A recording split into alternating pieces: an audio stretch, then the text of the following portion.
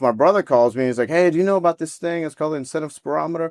So how do people know if one uses it or not? I was like, it's so hard. No one's ever come up with an idea. I was like, but you know what? You should make something that tracks it. Within like 5 days, he had a prototype. Why is it important? Is because of CMS. This is what determines how much a hospital gets reimbursed for its services. CMS has a series of guidelines that say you have to keep this below this percentage. So for example, you have to have your 30-day readmission for pneumonia below 18%. If a hospital has above these guidelines, they get dinged when they get reimbursement, especially for Medicare patients. That's the number one factor that these hospitals have to continuously monitor, is keeping up with the CMS guidelines. And hospital readmission for pneumonia is one of the biggest ones that cost them money. We go up to them and say, look, every time you have a readmission for pneumonia, that's costing the hospital about $30,000 to $40,000 a patient. Again, if they left and they didn't have pneumonia and they come back within 30 days, that's considered hospital-acquired pneumonia, which is different than community-acquired pneumonia. Yeah. So now that is a whole different world. That's when CMS can look back and say, well, look here that you had this guy come in and he just got discharged 2 weeks ago. Well, now he has pneumonia, so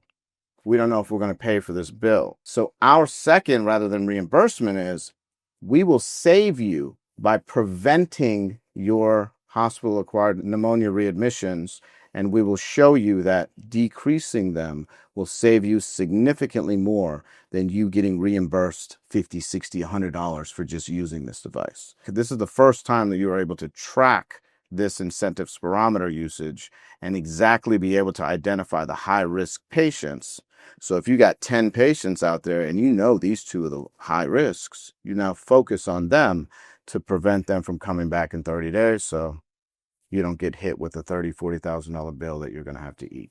We're just trying to find that connection of how can we just fix this a little bit. Right. And here's the best part. If you take money from CMS, meaning Medicare and Medicaid hospital, you are by law required to publish all of your milestones of CMS online for the public to see. Once we're ready to sell, guess who we're going to hit up?